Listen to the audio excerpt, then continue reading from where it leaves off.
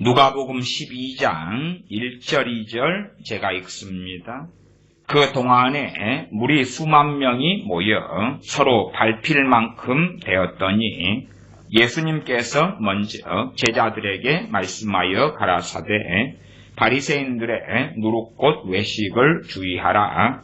감추인 것이 드러나지 않을 것이 없고 숨은 것이 알려지지 않을 것이 없나니. 아멘. 무리 수만 명이 모여와서 서로 밟힐 만큼 되는 상황이다 라고 누가복음 12장 1절에 말씀합니다. 예수님께서 먼저 제자들에게 말씀하여 가라사대 구분이 되어져 있지요. 무리 수만 명에게 말씀하시기 전에 주님의 제자들에게 먼저 말씀을 증거하신 것입니다.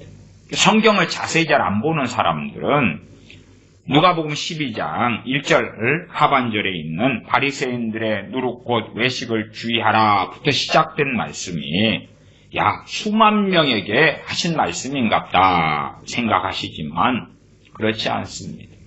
왜 저들에게는 비유로 하십니까? 저들에게는 천국의 비밀을 아는 것이 허락되지 않았다.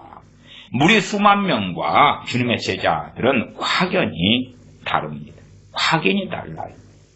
그래서 주님의 제자들과 무리 수만 명을 주님께서는 구분 또한 구별하고 계시는 것이고 그들에게 말씀을 증거합니다. 참된 하나님을 사랑하는 것과 이웃을 형제를 사랑하는 것이 아니라 세상 사람들이 생각하고 원하거나 인본주의적인 기독교가 원하고 주장하는 사랑이란 주님께서 이 말씀을 제자들에게만 하면 안 되죠. 공평하게 평등하게 시간과 기회를 주어야 될 것 아닙니까?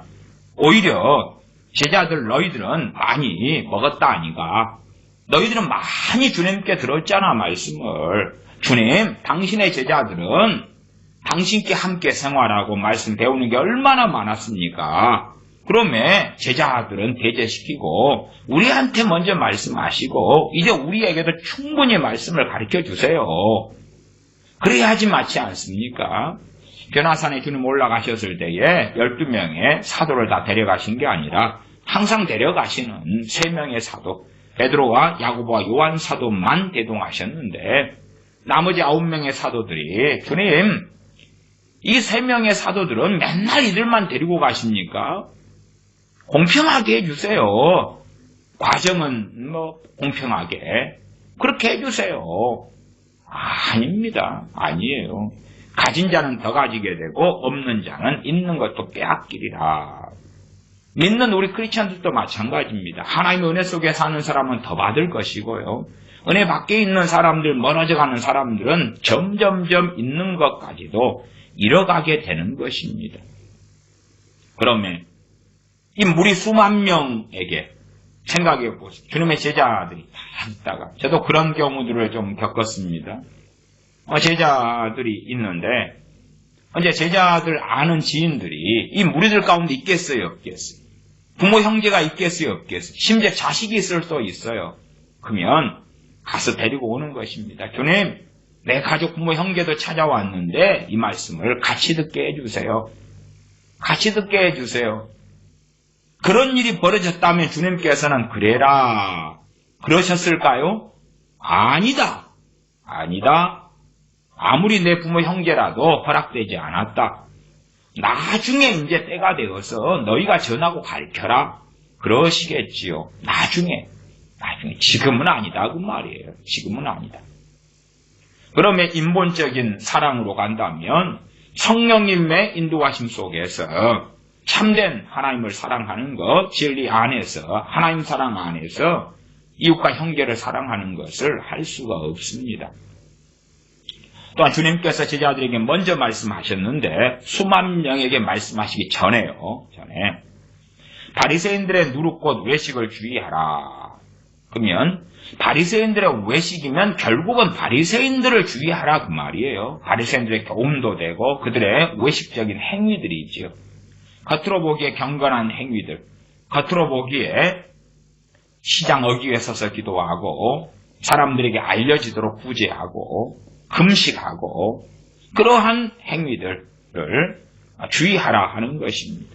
그런 것을 통해서 사람들이 현혹시키고 말씀을 왜곡시키고 그들의 정치력, 리더십, 지도력을 행사한다 그 말이지요. 뭐 주님께서 야 바리새인들이 문제가 좀 있어. 그러나 누가 죄 안 짓는 놈 누가 따로 있냐. 다 너희들도 죄 짓고 살고 너희도 불완전하잖아. 그렇기 때문에 바리새인들을 끝까지 사랑해줘라. 끝까지 함께해줘라. 주의하라가 아니라 더 사랑하고 더 용납하고 더 함께하고 더 위해서 기도하고 주님 자신께서도 야 바리새인들 참 심각해. 내가 오늘부터는 바리새인들을 위해서 작정 기도를 해야 되겠다. 내 아버지께 구하겠다. 그러면 바리새인들에게 부흥을 보내주실 거야. 바리새인들 이들 다수는 당시 유대인들의 종교 신앙 지도자들이었습니다. 이들 가운데 서기관 율법학자들이 많이 나왔고 말씀을 맡은 자들이 되어졌어요. 바리새파들이었죠. 바리새파들 안에 든 바리새인들이죠. 그러면 주님께서 야 지도자 한 명이 돌아서면 얼마나 많은 사람들이 하나님께 돌아오겠는가. 저도 대학 선교를 몇 년을 참여하였습니다마는 대학 선교를 할 때에도 이론과 논리가 그런 논리를 사용했더랬습니다. 대학생들은 그래도 사회의 지도층이 되기가 쉽다. 그러면 이들에게 전도가 되었을 때에 나중 되면 얼마나 큰 영향력을 미치겠는가. 더군다나 카이스트나 서울대나 연고대 같으면 야 이들은 사회에 결국은 상당한 지도층이 될 사람들이야. 이들 한 명이 돌아오면 그냥 가난하고 별 볼이 없는 사람 100명, 1000명이 돌아오는 효과가 나타날 거야. 이런 논리도 상당히 듣고 경험하기도 했더랬습니다. 그래서 이 바리새인들을 위해서 주님께서 야 내가 이들을 위해서 오늘부터 철학기도 하고 아버지께 구하겠다. 너희도 함께 기도에 동참해라. 바리새인들 가운데 부흥이 일어나서 이들 하나가 돌아오면 이들의 영향력과 권위 속에 지도력 속에 들어가 있는 사람들이 다 돌아오지 않겠느냐. 그런 게 아니라 주의하라고 한 것입니다. 어떤 어리석은 사람들은 바리새인들의 누룩, 외식 그러니까 바리새인 따로 누룩 따로 외식 따로 이렇게 가는 사람도 있어요. 제가 유튜버 중에서 보수 유튜버 가운데 수십만의 구독자를 가진 크리스천 유튜버 형제의 방송을 들었는데 방송 시간에 그런 말을 하더라고요. 크리스찬이니까 성경에 죄는 미워하되 사람은 미워하지 말라 그것이 있다. 그렇게 해서 갑자기 듣다가 그 친구가 서울에 어디 분당에 유명한 교회 다니는 친구인데 깜짝 놀랐어요. 야, 이 친구가 참 유명한 우파 보수 유튜버인데 성경은 모르는구나.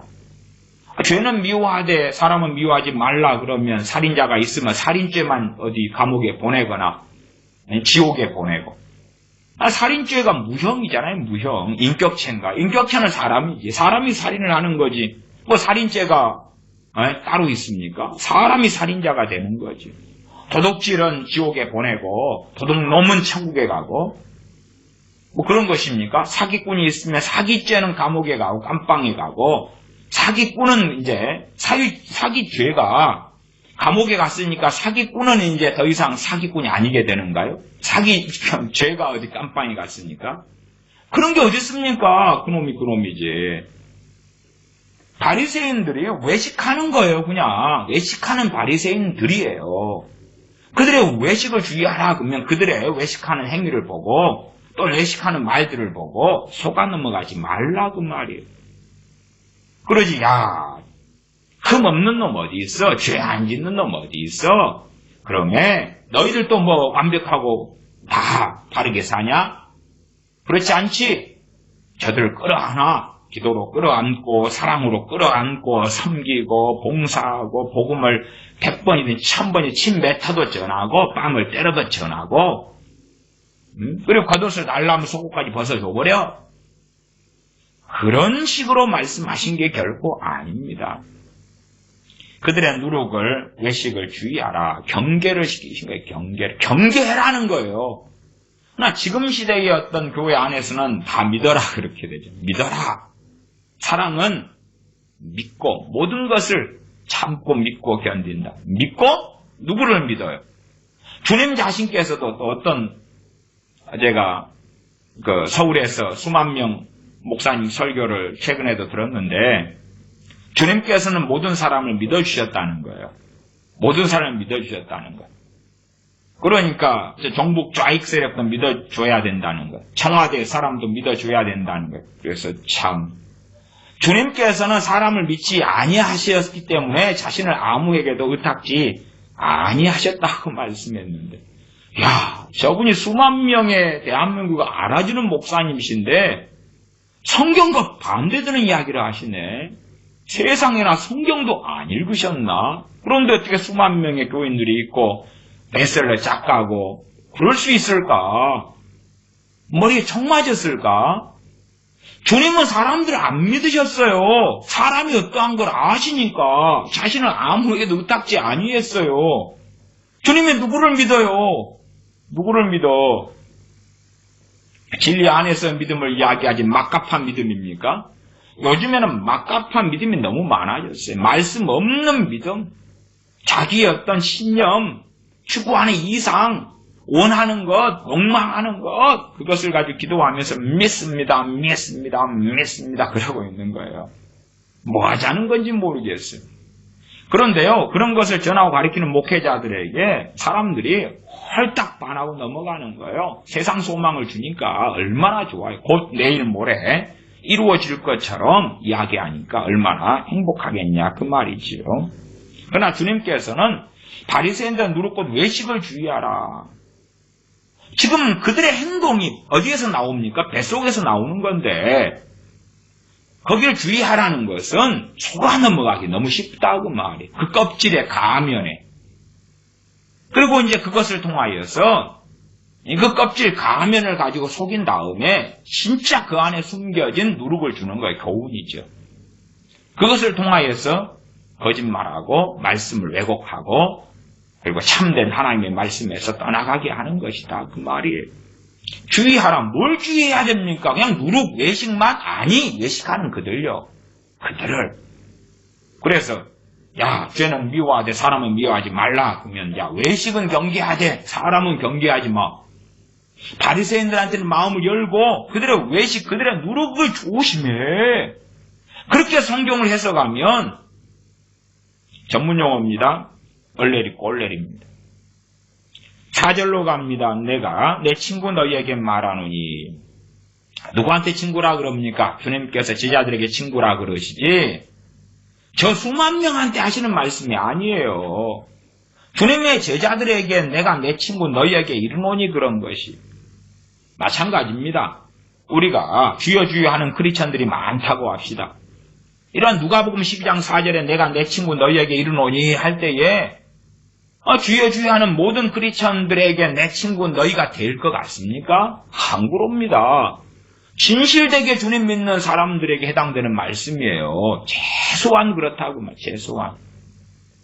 내가 내 친구 너희에게 말하노니 몸을 죽이고 그 후에는 능히 더 못하는 자들을 두려워하지 말라. 그러면 세상 사람들은요 얼마든지 우리 크리스천들을 죽일 수 있다고 말이에요. 그러나 지옥에는 못 보내요. 네로 황제도 하나님의 사람들 또 사도 바울이나 베드로 사도나 죽였어요. 죽일 수 있는 거예요. 얼마든지. 그러지 야 아무도 너희를 못 죽이게 내가 가로막겠다. 아무도 너희를 못 죽이게 내가 지키겠다. 그렇게 말씀하신 게 결코 아니에요. 어떨 때는요 특별한 기간과 때에 대해서 너희 머리털럭 하나도 상치 않게 하시겠다는 말씀이 있어요. 그건 특정한 때에 대한 이야기입니다. 특정한 때. 아니 우리가 머리에 염색만 해도 머릿결 안 상해? 아니면은 뭐 누가 어쩌다가 달려가다가 머리를 찢뜯었다. 그래도 머리털 안 상해요? 할아버지들이 손자 손녀 좋다고 이쁘다가 머리 찢뜯더라고요. 그럼 머리털럭 좀 빠지더만. 하나님이 지켜주셔야 되는 거예요. 하나님의 말씀을요 때와 상황에 맞지 않게 자기의 입맛대로 아무데나 끄집어다가 믿습니다 믿습니다 아멘 그러는 것입니다. 그렇지 않지요. 사도 바울도 머리터넉 한 터넉도 안 상한 게 아니라 주님의 복음 위해서 얼마나 고난당했고 많이 맞았고 비극적인 일이 일어났었는가. 또한 심지어는 사단의 사자 육체의 가시까지 있어서 고통을 얼마나 받았는지도 고린도후서 말씀을 통해서 증언하고 있는 바입니다. 오히려 12장 5절에 마땅히 두려워할 자를 내가 너희에게 보이리니. 아니, 주님 이상한 말씀하십니다. 우리 주님께서 지금 우리에게 내 친구라고 말씀하시고 우리 주님 제자들 아닙니까? 그러면 두려워할 자를 보이신다 그렇게 하시지 말고요. 사랑할 자를 보이신다고 하세요. 사랑할 자를. 그래서 하나님 사랑과 이웃 사랑이 온 율법과 선지자의 강령이라 했으니까 제가 일단 하나님 사랑, 이웃 사랑을 말씀드린 거잖아요. 하나님을 어떻게 사랑하냐? 두려워하는 것입니다. 경외하는 것입니다. 하나님을 사랑하는 게 감성적인 사랑을 이야기하는 게 아니에요. 감성은 액세서리예요. 있으면 되고 있을 수도 있고 없을 수도 있는데 그것은 감성은 주연이 아닙니다. 감성을 주연으로 삼으면 신앙은 엉망이 되는 것입니다. 하나님을 마음을 다하여 뜻을 다하여 성품을 다하여 사랑하라. 주 너의 하나님 주 너의 여호와를 사랑하라. 그 마땅한 것인데 주님께서는 오히려 상반되는 말씀을 그 제자들에게 증거하시는 것이 누가복음 12장 5절이에요. 마땅히 두려워할 자를 내가 너에게 보이리니. 이게 하나님의 사랑의 핵심 중에 핵심인 거예요. 하나님을 두려워하지 않는다? 안 사랑한다는 거지. 안 사랑한다는 거예요. 그래서 하나님 사랑을 이야기할 때 감성적인 사랑만 있는 거예요. 감성적인 사랑. 주님에 대한 사랑도 주님을 두려워해야 돼요. 주님을 두려워해야 돼. 안 두려워하고 감성팔이 하니까 그 결과 중에 하나가 사도행전에서 아나니아와 삽비라 하나님이 쳐 죽이시는 거예요. 한날에 그 부부를 쳐 죽이시는 거예요. 감성팔이 하지 말란 이야기죠. 하나님 두려워하라는 이야기예요. 그 사랑 이상한 사랑으로 치우쳐 가지 마라 그 말이. 좌우나 우루나 치우치지 않아야 되는데 하나님을 사랑하는 핵심 중에 핵심이 감성팔이 사랑이 아니라 두려워하는 것, 경외하는 것이다 그 말이에요. 주님이 직접 말씀하신 거 아닙니까? 마땅히 두려워할 자를 내가 너에게 보이리니. 너희는 누구의 수만 명 무리가 아닙니다. 제자들입니다. 제자들. 곧 죽인 후에 또한 지옥에 던져놓는 권세 있는 그를 두려워하라. 죽인 후에보다 제자들에게 하신 말씀인데 살벌하지 않습니까? 죽을려 해도 살리신 후에, 죽을 병 들었는데 살리시고, 그 다음에 지옥에 던져놓는 권세가 아니라 천국에 보내시는 아름답게, 영화롭게, 행복하게, 달콤하게 살다가 천국에 보내시는 그를 사랑하라. 요즘에는 성경이 그렇게 바뀐 것 같아요. 마땅히 사랑할 자를 내가 너에게 보이리니. 사랑 이유가 이제 너희가 죽을 병에 걸려도 파산되었어도 다시 회복시키시며 살리시며 건지시며 새롭게 하시는 그 하나님 또한 너희를 천국에 보내시며 그의 영광 가운데 보내시는 권세가 있는 그를 사랑하라. 이렇게 성경이 바뀐 거예요. 그러니까 이런 본문은 이제 별로 언급 안 합니다. 왜? 자기들 성경이 바뀌었거든요. 바뀐 성경은 사실은 66권 안에는 안 적혀 있기 때문에 그냥 설교하면서 저는 그걸 썰이라 그럽니다. 썰을 두는 거예요. 마치 성경에 그런 게 있는 것처럼. 그래서 그 중에 하나도 죄는 미워하되 사람은 미워하지 말라. 그게 성경에 있다는 썰처럼. 희한한 세상이에요. 이게 성경 본문 확인 안 해요. 확인 안 해. 아니 주님이 버젓이 말씀하셨는데 성경은 이상하게, 아니 심지어는요. 이러한 누가복음 12장이면 사복음서니까 얼마나 가까이 해야 되는 말씀입니까? 12장 5절을 버젓이 이렇게 읽으면서도 이 회전 돌아가는 머리 회전은요. 다르게 읽어요.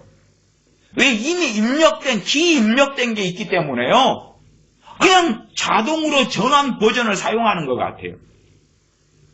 마땅히 두려워할 자를 내가 너희에게 보이리니 그거. 마땅히 세상 사람들은 두려워해야 돼. 아니 제자들인 주님 믿는 우리가 대상이 아니라 당시의 제자들과 우리가 대상이 아니라 아니 너희는 두려워할 필요 없어. 그러면서 뚱딴지같이 요한 1서로 가면 두려우면 형벌이 따릅니다. 그래가지고 연결시키는 거예요. 옛날에 조인경 목사님도 그렇게 연결시킨 경향을 가졌어요. 아니에요. 그거 어떨 때는 맞는 것 같다가 이상야리꾸리 하다가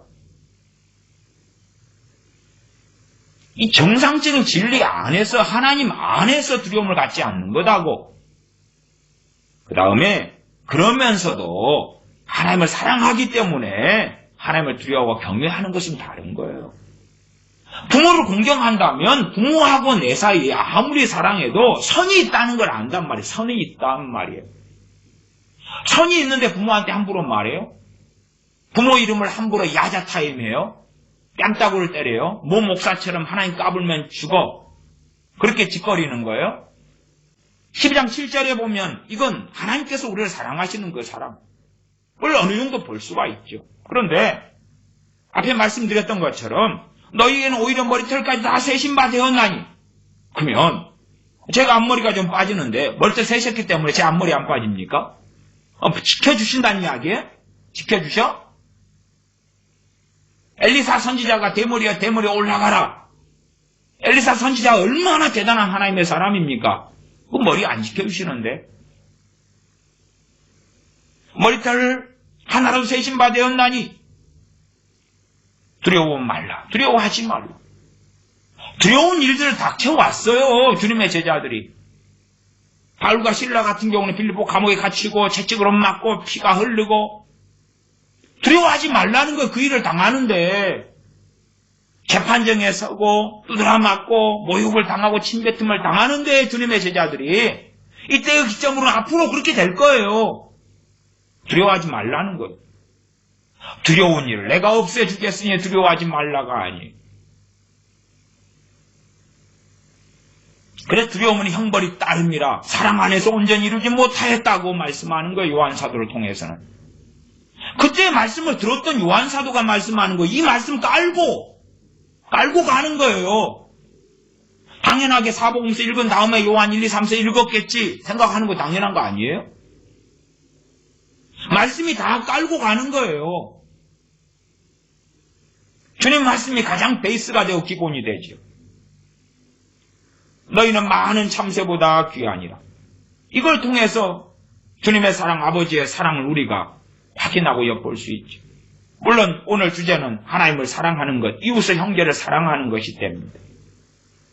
그러나 주님께서 우리를 사랑하시는 그 사랑은 우리가 엿볼 수 있다고 말이에요. 그러나 그것이 우리가 환난에서 너희가 환난을 당하나 담대하라 그렇게 말씀하시지, 너희가 환난을 면제해 주겠다, 너희는 환난을 결코 당하지 않을 것이다 그렇게 말씀하시는 게 아니에요. 환난을 당하는데 기도하고 환난 날에 나를 부르라 내가 건지리라, 환난을 통과하고 승리하게 해주시겠다는 거예요. 비록 심지어 그 환난의 결과가 나의 죽음이라 할지라도, 나의 사망이라 할지라도 은혜 속에서 주님 안에서 아버지의 나라에 입성하게 해주시겠다는 거예요. 부귀 영화를 누리게 해주겠다는 것이나 환난을 전혀 안 당하게 해주시겠다는 약속이 아니라 그 말이에요. 12장 13절로 갑니다. 13절부터 15절까지입니다. 무리 중에 한 사람이 이르되 선생님 내 형을 명하여 유업을 나와 나누게 하소서 하니, 이르시되 이 사람아 누가 나를 너희의 재판장이나 물건 나누는 자로 세웠느냐 하시고, 저희에게 이르시되 삼가 모든 탐심을 물리치라, 사람의 생명이 그 소유에 넉넉한 데 있지 아니하니라 하시고, 한 사람이 선생님 내 형을 면하여 유업을 나와 나누게 하소서. 부모 상속 재산인데 이 동생 입장에 볼 때에 형이 욕심을 부려서 자기 것을 더 많이 챙겨갔다고 보았던 거겠지요. 나는 형에게서 억울한 일을 당하였어. 그러면 이 유명한 선생님인 주님께서 형한테 이야기만 하면 그래도 상당 해결 가능성이 보여. 형도 들을 것 같아. 그렇게 해서 주님께 요청했던 것이죠. 더구나 사람들 앞에서 이 이야기를 한다는 것은 자기가 생각할 때에 정정당당하다는 전제가 따르겠죠. 그 사람이 양심이 어떻는지 몰라도. 그러면 이 사람이 문제가 있으면 주님께서 이 사람의 문제를 다루어 가지고 사랑한다 사랑한다. 그러나 내가 볼 때에 이 재산 분할은 잘 된 거야. 너가 오해했고 곡해했다. 혹시 너가 원하는 돈이 있으면 자 연복교회 가룟유다야 너가 맡았으니 좀 가지고 와라. 내가 좀 줘야 되겠다. 근다든지 맞구나 맞아. 너가 형한테 억울한 일을 당했구나. 내가 너 형한테 가서 설득시켜가지고 공평하게 재산을 유업을 나누도록 해줄게. 염려하지 마. 힘을 북돋우고 꼭 요즘에 상처당한 사람들의 상처 치유하는 것처럼 내적 치유한다, 상처 치유한다, 싸맨다, 위로한다, 격려한다, 세운다 비슷한 꼴이죠. 그러나 주님께서는 세상에 그러한 사람들이 걷는 소위 기독교 상담이라는 그러한 껍질을 뒤집어 쓴 채에 하는 인본주의적인 그런 것과 동조하지 않으셨다고 말이에요. 오히려 주님께서는 거절하시죠. 거절하시면서 이 사람아 누가 나를 너희의 재판장이나 물건 나눈 자로 세웠느냐? 정말 하나님 앞에서 그게 별로 중요한 일이 아니다 그 말이에요. 최소한 이 사람은 너무 중요했어요. 너무 중요했어. 아니 돈 문제 중요하지요. 잘만 형을 설득하면 5천만 원 1억이 더 생기는데 중요할 거 아니에요. 중요해. 1년 연봉 3천만 원 받는데 형 설득 잘하면 돈이 1억이 더 생기는데 설득할 거 아니. 아니 이 사람이 가난한 사람이겠습니까? 가난한 경우는 이런 경우 별로 없어요. 가난한 사람이 상속유산 부모가 가난해서 100만 원 남겨줬는데 그런데 형이 70만 원 가지고 30만 원 줬어요. 그거 가지고 쪽팔리게 주님한테 나아가가지고 주님 형이 나보다 20만 원 더 가져갔어. 이야기 좀 해주세요. 20만 원 그거 있든지 없든지. 액수 단위가 크니까 그럴 거 아닙니까? 크니까. 주님께서는 오히려 이 사람한테 책망하시는 거예요. 그게 주님께서 하시는 사랑이에요. 이웃 사랑이고 형제 사랑이고 자신의 백성에 대한 사랑이죠. 그러나 진리를 말씀하시기 때문에 나는 이런 거 재판으로 온 게 아니야. 그 사람 입장에서는 당신께서 나를 사랑해 주세요. 내가 원하는 재판을 해주세요. 형을 불러가지고 유산을, 유업을 나누도록 잘 정당하게 나누도록 조치를 취해 주세요. 나 그런 거 하러 오지 않았다. 그런 거 하러 오지 않았다. 어떤 분은 저한테 목사님 이 남자가 이렇게 있는데 누가 제 배우자감으로 좋을까요? 제가 말씀드리죠. 나는 그런데 부르심 있는 거 아닙니다. 당신이 고르고 당신이 책임지셔야지. 나한테 남편과 골라달라고요? 아니면 기도해서 계시 받아달라고요? 그런 계시는 없습니다. 그런 계시 없어요. 당신이 고르시고 당신 인생에 책임지세요. 책임지세요. 기준은 성경을 통해 보세요. 그러면 또 뻔한 말씀들이 있는데 목사님 기준은 뭔데요? 아니 당신이 확인하세요. 그냥 나한테 책임 씌우려고 하지 마시고. 당신 이 남자는 저를 좋아해서 따라다니고요. 근데 사실은 내 마음에 두고 있는 남자는 또 저쪽 남자인데 어쩌고 저쩌고. 하나님 누가 내게 맞는 배우자인지 나한테 좀 가르쳐 주시도록. 아니면 목사님 응답 좀 받아주세요. 나 그런 거 하러 목사 된 거 아닙니다. 기분 나빠해. 기분 나빠해. 그 다음부터 그분 얼굴 본 적이 한 번도 없어요. 그 이후로는 벌써 오랜 세월이 지났는데 한 번도 못 만났어요. 이제 연락도 못 받고. 기분 나쁘지. 오히려 주님께서 12장 15절에 이 사람 입장에서 억울한 일을 당했다고 느낄 텐데 저희에게 이르시되 그 사람 포함해서 이제 그 사람 교보제지. 포함해서 삼가 모든 탐심을 물리치라. 그러면 그 사람은 주님 지금이 어느 시대인데 나를 인격 모독하십니까? 지금 그 이야기 하시는 것은 제가 탐심 가지고 했다는 거 아니에요? 진짜 주님 안 되겠네. 내가 이걸 개인적으로 당신한테 상담받았는데 이걸 사람들 앞에서 그냥 탐심 물리치라고 했으면 내가 욕심 때문에 그랬다는 거 아니에요 지금? 그래가지고 나를 사랑한 거예요? 당신이 지금 뭐예요 도대체? 지금이 그런 시대입니다. 그렇게 완악해진 시대예요. 완악해진 시대. 삼가 모든 탐심을 물리치라. 사람의 생명이 그 속에 넉넉한 데 있지 아니라 기본적으로 거절이에요. 거절. 그 다음 책망하시는 것이 사랑이에요. 사랑. 이 사람들을 사랑하시는 우리가 어떻게 주님 사랑보다 더 합니까? 어떻게 더 앞서갈 수 있습니까? 더 위대할 수 있습니까? 그럴 수 없지요. 그럴 수 없어요. 우리가 주님의 사랑을 본받아야지 누구 사랑을 본받습니까? 세상 사람들 원하는 대로 사랑해 줍니까? 원하는 대로 퍼줍니까? 그거 갖다 쓰니라고 또 겉옷을 달라면 속옷을 주고 그들이 원하는 대로 다 해주고 주님이 안 해주시네. 성경 본문의 맥락이 어디 있는가를 생각하셔야 돼. 제가 과거에도 산상수훈의 해석학이나 산상수훈에 대하여 설교 참 많이 했습니다. 특별히 해석에 대해서는 설교를 여러 편 했어요. 근데 듣는 분들이 별로 못 알아들으셔요. 산상수훈은 굉장히 난해 구절이기 때문에 해석에 조심해야 된다. 아니 정말 많은 사람들이 들었는데 주님께서 쉽게 말씀하셨을 것 같아요. 천국의 비밀이 감춰지는데 함정에 빠지게 하신 거예요. 함정에 빠지게.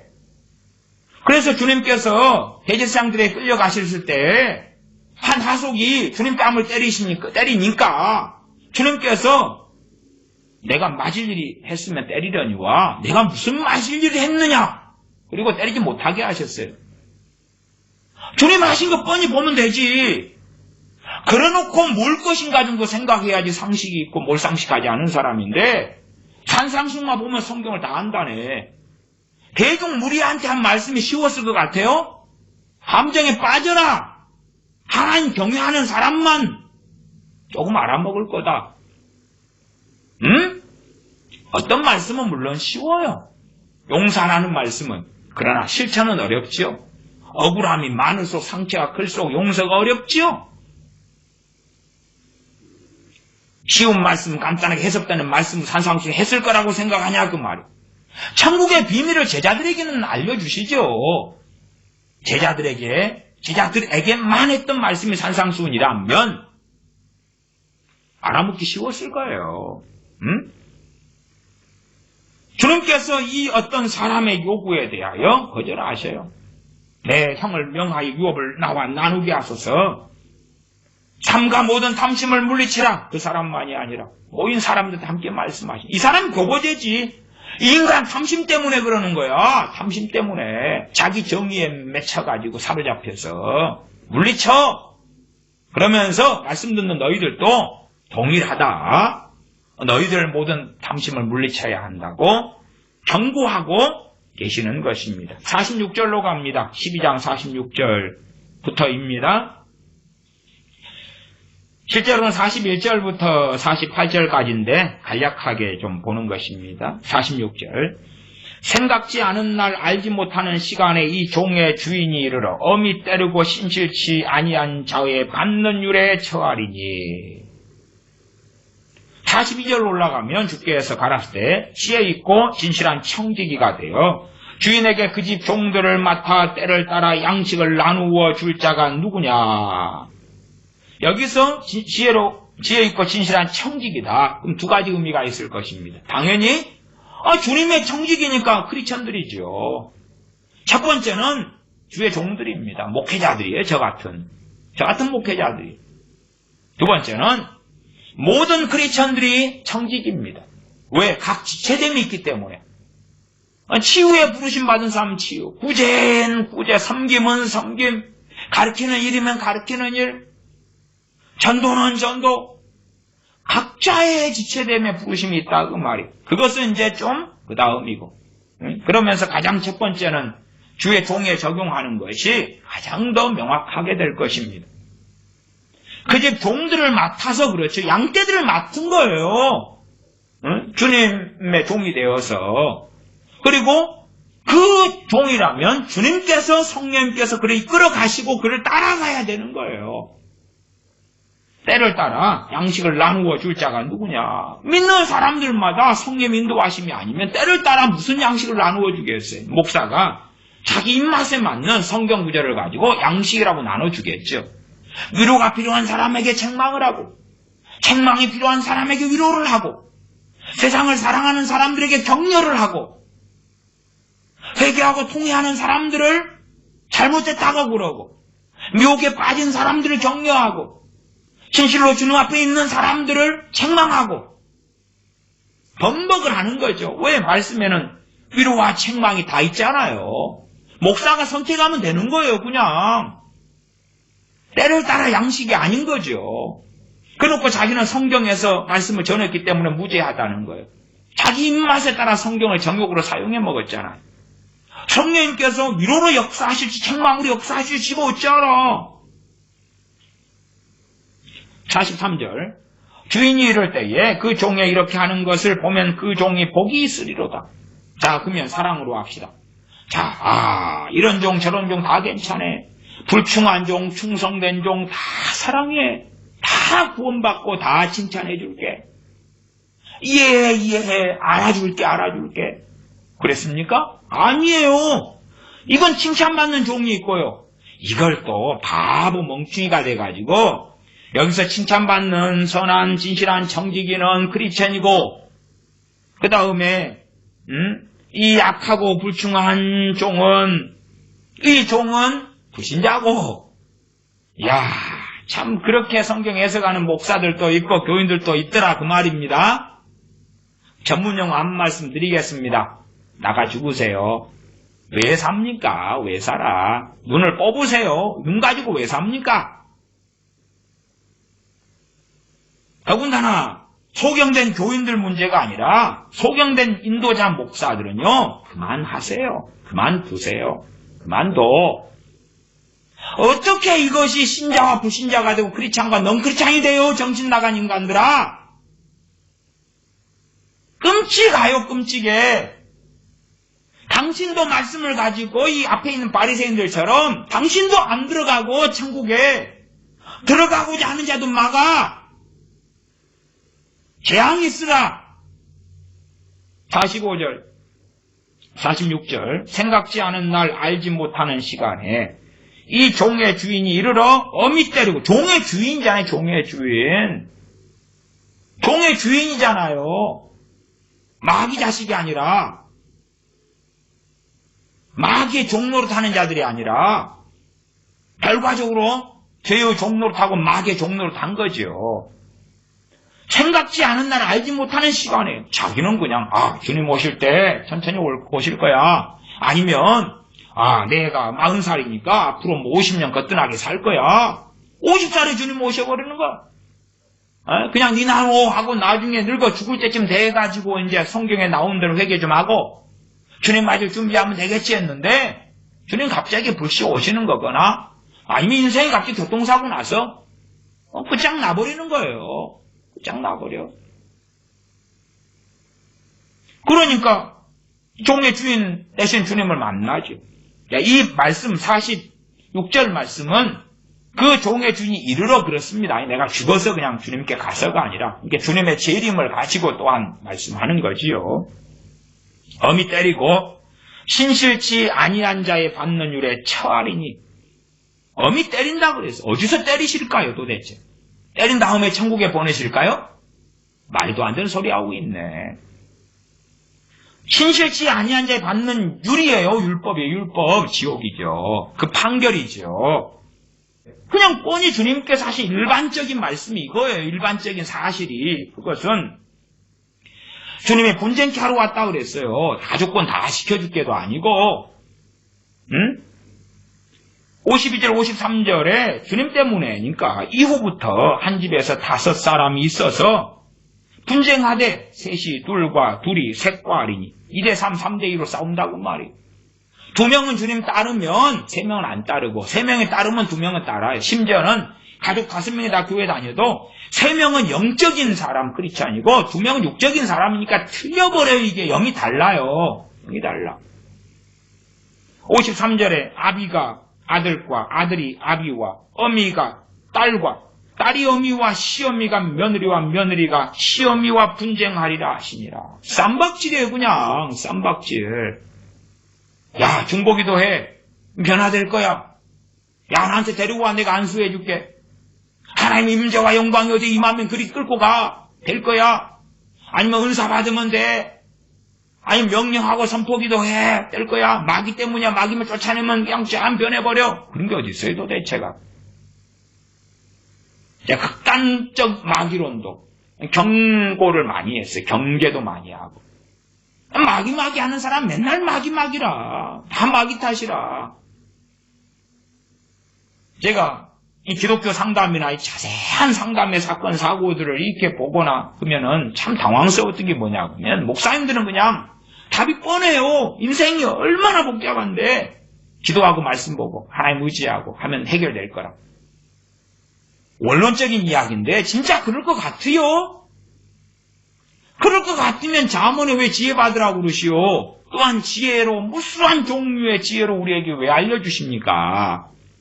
때마다 필요한 지혜가 다른 거예요.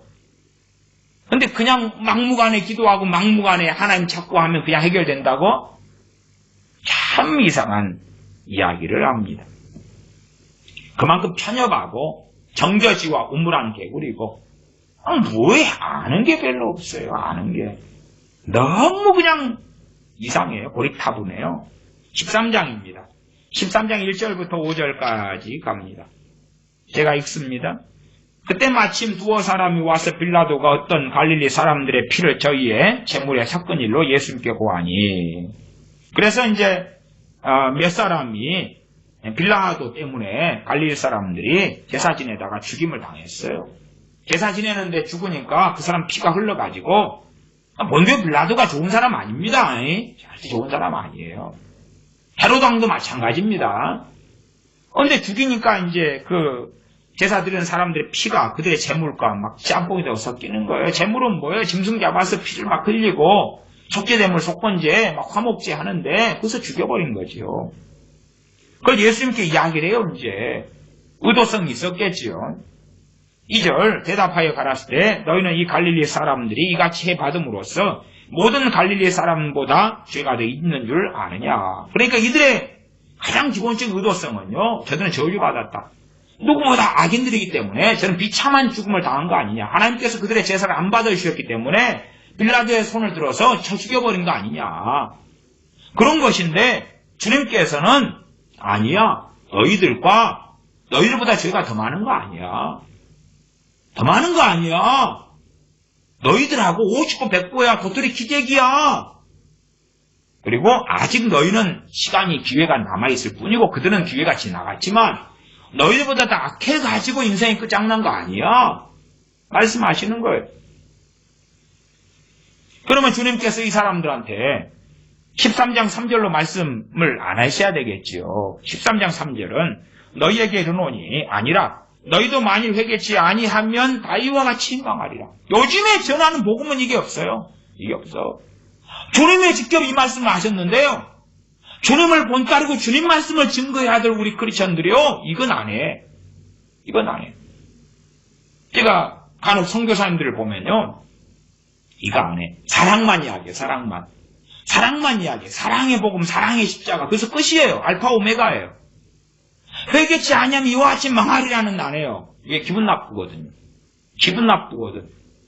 상대방이 원주민들이 기분 나빠한단 말이에요. 기분 나빠해. 아니 당시에 주님한테 말씀드렸던 이 사람들 기분 좋았을까요? 이들도 기분 나빴어요. 진리를 전함으로 하나님을 사랑하는 것이죠. 진리를 전함으로 이웃과 형제를 사랑하는 거예요. 그거 안 하는 거예요. 비유 맞춰주는 게 사랑이고요. 또한 사람한테 비유 맞춰가지고 어떻게든지 간에 비유 맞춰서 알랑방구 끼워가지고 교회에 끌고 들어오면 그게 전도가 하나님을 사랑하는 거라고 생각하는 거예요. 성경은 뭘로 보는 거예요 도대체? 엉덩이로? 엉덩이로? 뒤통수로?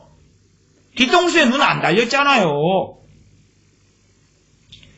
3절 너희에게 이르노니 아니라 너희도 만일 회개치 아니하면 다 이와 같이 망하리라.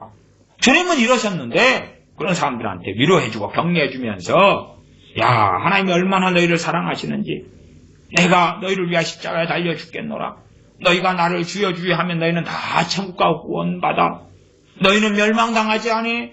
너희는 영원한 나라에 들어가 기뻐하고 즐거워하라. 내가 너희의 메시아로 그리스도로 왔노라. 행복해라 감사해라 기뻐해라. 너희는 구원이 이르렀다.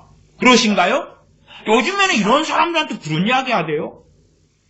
기가 막히는 거예요. 거제 깡통을 차고 순사가 칼을 차고. 희한한 일입니다. 희한한 일이에요. 주님께서 증거하신 것은 너희에게 이르노니 아니라 너희도 만일 회개치 아니하면 다 이와 같이 망하리라. 또한 또 다른 사건을 가지고 4절 5절에 말씀하세요. 실로암에서 망대가 무너져 치여 죽은 18사람. 어느 때 실로암 망대가 있었는데 갑자기 실로암 망대가 무너졌어요. 그 밑에 있던 18사람이 치여서 죽었어요. 당시의 인구수에 비하면 대사건입니다. 큰 사건이에요. 그런데 사람들 생각했어요. 야, 저들은 얼마나 악인이간데 저 망대가 무너져서 그 밑에 있다가 18명이 죽냐. 참 진짜 악인들이고 우리는 선인이기 때문에 우리는 살았다. 아니야. 예루살렘에 거한 모든 사람보다 죄가 더 있는 줄로 아느냐. 반어법이죠. 그렇지 않다. 너희들하고 대동소이해. 50보 100보야. 도토리 기계기야. 고만고만해. 5절 너희에게 이르노니 아니라 너희도 만일 회개치 아니하면 다 이와 같이 망하리라. 보시면은요 영접기도 하고요 세례 좀 받고 보면요 이 말씀은 이제 패스 오버 넘어가. 나하고 상관없어. 나는 예수님 믿는다 했으니까 회개했어. 나 회개했거든. 그냥 웃지요. 웃지요. 참된 회개는 계속 되어져야 되고요. 그 다음에 출발선의 회개도 마찬가지예요. 진짜 회개가 일어나면 두 가지가 나타납니다. 애통함과 고통과 시원함이 공존해요. 한쪽은 너무나 기쁘고 시원하고 한쪽은 너무나 힘들고 아프고 그래요. 강렬하게 회개 속에 들어간다면, 그보다 좀 약하다면 두 가지를 동시에 느끼죠. 꼭 세상 속담으로 하면 울다가 웃으면 어디에 털난다. 그냥 울다가 웃고 웃다가 웃고 하는 희한한 일이 벌어져요. 참된 회개 속에서는. 한쪽은 너무나 기쁘고 감사한데 한쪽은 너무나 아픈 거예요. 근데 요즘에는 그 회개는 다 사라져버리고 이제는 그냥 지적인 동의. 믿어요. 믿을게요. 영접기도 했어요. 그 다음에 지적인 동의로 잘못했어요. 이상 끝. 하나님 어느 때 편지 써가지고 잘못했다고 내가 한번 감성 잡아서 감동적으로 감성팔이 한번 해드릴게요. 하나님 얼마나 내가 하나님을 아프게 해드렸는지 성부에서 어쩔 줄을 모르겠습니다. 차라리 내가 지옥에 가버리면 죄 안 짓고 더 좋지 않을까요? 하나님 마음 안 아프게 하니까 너무나 좋을 것 같아요. 나를 죽여줘요. 감성팔이 해봐야 하나님 속으실 것 같습니까? 안 속아요, 안 속아. 요즘에는 목사들이 어떻게 강단에서 개그맨이고 배웁니까? 감성팔은 하고 있게. 참 복잡다단합니다. 13장 6절로 갑니다. 6절부터 봅니다. 이에 비유로 말씀하시되 한 사람이 포도원에 무화과나무를 심은 것이 있더니 와서, 비유입니다. 비유. 무화과나무는 심었다 그러면 믿는 크리스천을 이야기해. 구원받은 자를 이야기하죠. 믿고 구원받은 사람. 당연하게 믿음으로 구원받아요. 믿음으로. 그 다음에 이제 주님 부인하고 배신하고 떠나가는 것을 말씀하는 것이에요. 한 사람이 포도원에 무화과나무를 심은 것이 있더니 와서 그 열매를 구하여서는 얻지 못한지라. 열매가 없어요. 믿음으로 구원받고 은혜로 구원을 시켜줬다. 그 말이에요. 주님 입장에서는. 아버지 하나님 입장에서도 그렇고. 버림받은 자, 이방인, 은혜 밖에 있는 자, 영원한 저주 속에 있는 자를 불러가지고 구원시켜줬어요. 그 은혜로, 그 사랑으로. 근데 열매를 안 맺어요. 때가 됐는데 주인께서 열매를 구했는데 없다 그 말이에요. 그리고 이제 7절에 과원지기가 나와요. 과원지기가 일반적으로 목회자들 자리입니다. 목회자들 자리예요. 과원지기에게 이르되 내가 3년을 와서 이 무화과나무의 실과를 구하되 얻지 못한 찍어버리라. 어찌 땅만 버리느냐. 과원지기가 뭐 해야 되면 찍어버려야 되지. 그것이 고린도 전서 5장에 나와 있는 이 악한 자들을 내어 쫓으라는 거예요. 찍어버려야지. 찍어버려야지. 진실한 하나님의 종들은 그러한 권위와 권세가 있습니다. 그러나 그런 신비적인 이야기는 어려운 이야기고요. 그런 것까지는 일고에 별로 그냥 말할 계제는 아닙니다. 잘못 대강 이야기해도 남용과 오용이 너무나 심한 이야기이기 때문에 할 필요 자체가 없다 이렇게 저는 봅니다. 근데 과원지기한테 무화과나무 찍어버리라. 찍어버리라. 3년이나 와서 실과를 구했다. 찍어버리라. 어찌 땅만 버리느냐. 그러니까 주님께서는 끈짝 내버리겠다는 거예요. 더 이상은 내 것이 아니다. 내 소유가 아니다. 영원한 생명을 걷어버리겠다는 거 아닙니까? 너는 이제 천국 백성이 아니다. 그러니까 이 과원지기가 주님께 사정을 합니다. 8절 대답하여 가로되 주인이여 금년에도 그대로 두소서. 내가 두릅하고 거름을 주리니 1년 더 돌보겠습니다. 거름을 주고 돌볼게요. 이후에 만일 실과가 열면이오니와 그렇지 않으면 찍어버리소서. 토탈 4년이죠. 이 일반적 신앙에 있어서 열매 맺는 맥시멈 기간이 4년이라고 꼭 말씀드리지는 않습니다. 그까지는 저도 몰라요. 몰라. 그래도 4년 정도만 참조해 보시면 좋지 않을까요? 분식집 개도요. 분식집게 3년이면 라면을 끓인다고 그러잖아요. 세상 사람들 말이. 사당께 3년이면 풍어를 읊는다고 그러잖아요. 하늘 천 따지 가무련 누루왕. 그러면 주님 믿은 지 3년이면 열매 있어야지. 열매 있어야지요. 물론 적을 수 있고 많을 수는 있겠죠.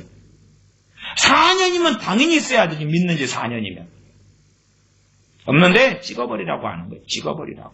물론 찍힘 받은 바 된 사람들이 죽지는 않았어요. 아직 10년, 20년, 30년, 50년, 70년도 더 살아요. 그 다음에 주여 주여도 해요.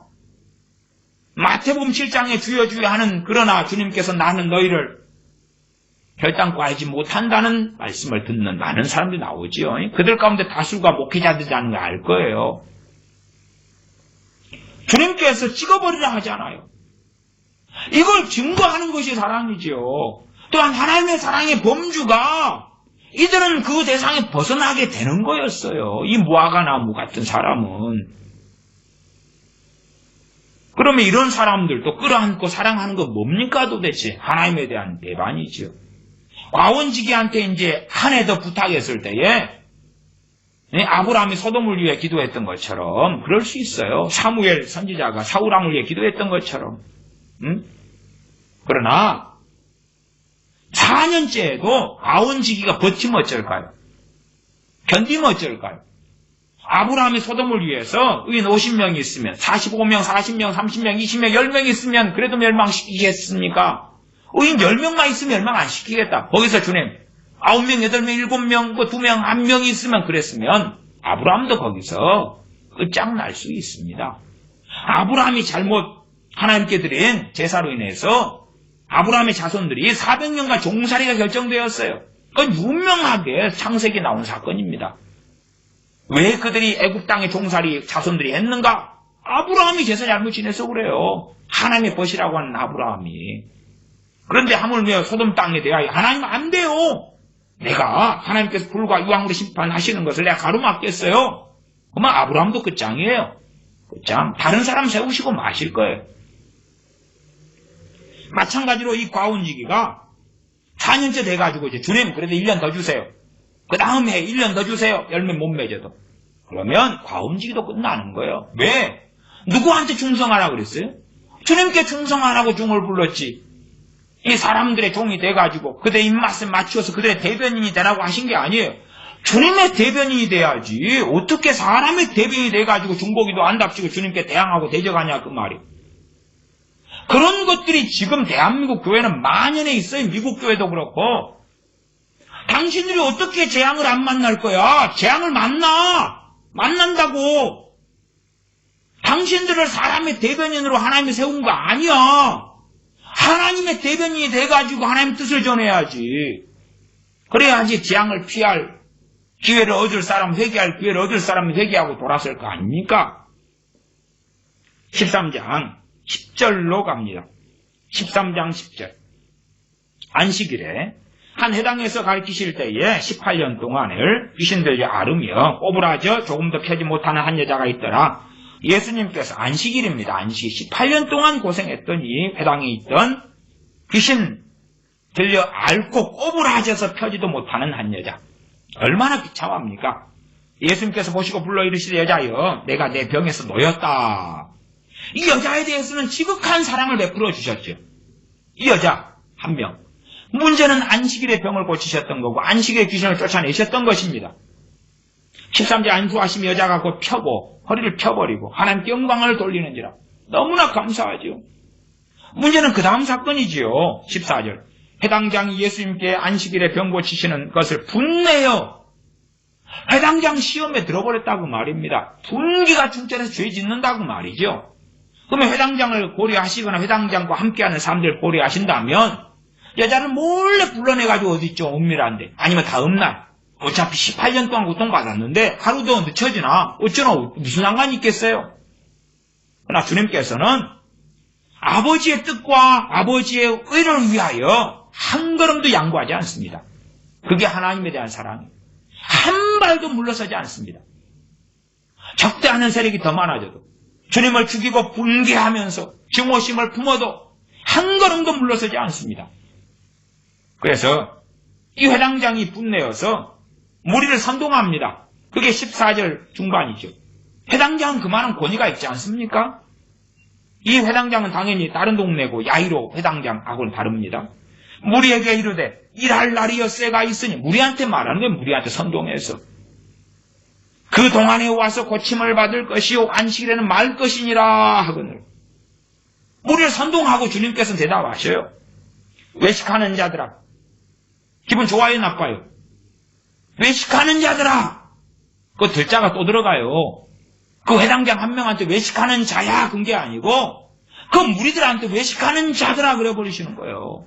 기분 좋겠어요? 책망하는데 하나님께서 보기에 눈안에도 아깝지 않을 그러한 귀한 성도 여러분, 하나님께서 얼마나 귀하게 보시며 뜨거운 사랑과 뜨거운 심정을 가지고 하나님의 마음에 품고 계신 여러분을 너무나 축복하시며 귀하게 보시며 기뻐하시며 함께하시며 여러분을 하나님께서 손바닥에 써 계셔가지고 날마다 애지중지하시는 여러분, 주님의 이름으로 축복합니다. 이 자리가 너무너무 복된 자리가 될 줄로 믿습니다.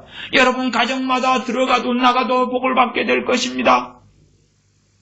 그러면서 여러분에게 하나님께서 놀라운 복을 주시는데 어쩌고 저쩌고 하면서 궤변 떨면서 하는 이야기가 아니란 말이에요. 왜 그딴 식의 설교들이 강단에서 난무하냐 그 말이에요. 주님은 정확하시잖아요. 외식하는 자들아, 너희가 각각 안식일에 자기의 손한 나귀나 마구에서 풀어내어 이끌고 가서 물을 먹이지 아니하느냐? 누구는 할 짓거리 다 하고 누구 짐승할 때도 하는데, 그러면 18년 동안 사단에게 매임받은 이 아브라함의 딸을 안식일에 이 매임에서 푸는 것이 합당치 아니하냐? 자기들이 키우는 짐승은 목마르다 그러면 소 물 먹이고 짐승 물 먹이는 큰일입니다. 저도 어릴 때 섬에서 좀 지낼 때는 소 풀 뜯기고 물 먹이고 그랬어요. 냇가에 내려가서. 일이지 그게 큰일이에요. 그냥 소가 목마르면요, 소를 이렇게 줄로 끌고 가면 소가 막 그냥 뛰듯이 달려가요. 그러면 막 질질 끌려갑니다. 왜 그리 급했나? 그러면 이제 우물가에 얼른 냇가에 가가지고 막 물 마셔요. 아이, 목말랐구나. 산에다 풀 뜯기려고 너무 오래 묶어놓은 거예요. 묶어놓고 이제 그 동백나무 밑에서 낮잠을 잤거든요. 길게 자버리니까. 소는 좀 순하니까 이제 풀어가지고 집에 데려갈 때 되니까 얘가 그냥 막 다름질 치는 거예요. 집 가는 길에 냇가가 있거든요. 자기가 키우는 짐승도요, 안식일에 물을 먹인다고 말이에요. 아니, 뭐 하루 물 안 먹인다 해서 짐승이 죽어요? 그러면 네 짐승 다음날에 물 먹여요. 18년 동안 고생해서 하루 늦춰도 될 것 같으나 안 그렇잖아. 그러면 나는 고치겠어. 이걸 일하는 걸로 생각해. 너희들은 그러면 너희들 키운 짐승도 물먹이지 마. 이 외식하는 자들아. 너희는 할 짓 다 하고 외식하냐? 책망하셨잖아요. 요즘에는 책망도 없어요. 이제 책망하면 교인들 다 떠나가 버리지. 얼르는 거야. 똥도 닦아주고 발에 힘 맞추고 하나님 말씀 변개시키고 좋은 것만 골라가지고 설탕 육수가루나 타 먹이고 꿀이나 타 먹이고 뭐 꿀은 좋기나 하지. 그러나 비진리로 거짓말로 말씀을 진리로 변개시켜가지고 그짓거리 하면서 교인들이 많이 모이니까 좋지. 헌금 많이 나오니까 좋지. 때가 되면 하나님의 재앙이 임할 거요. 때가 되면 오래되지 않을 테니까 기다려보시오. 기도하겠습니다. 아버지 하나님, 우리가 참으로 어리석게 우리가 행하고 전하고 증거하는 것이 하나님 뜻에 맞는 것이냐 착각하고 어리석어지지만 유감스럽게도 말씀 앞에 우리가 서노라면 우리의 명백한 죄악들이 드러납니다. 그러하온즉 진실로 하나님을 사랑하기 때문에 하나님을 두려워하는 사람으로 살며 진리 안에서 정욕적인 사람 입맛에 맞추어 버린 그러한 말씀 진리가 아니라 그렇게 왜곡되어버린 진리 아닌 거짓 것으로 바꾸는 어리석은 자들이 아니라 하나님 말씀을 올바르게 증거하고 전하여서 참된 하나님 사랑과 형제 이웃사랑을 하는 하나님의 자녀들로 살게 하여 주옵소서. 우리 자신에게라도 하나님 말씀을 바르게 듣고 바르게 내 자신에게 일으키고 증거하여서 정신을 똑바로 차리고 이 말세지 말에 하나님을 바르게 섬기는 우리 되게 하여 주시옵소서. 우리 주 예수님의 이름으로 기도하옵나이다. 아멘.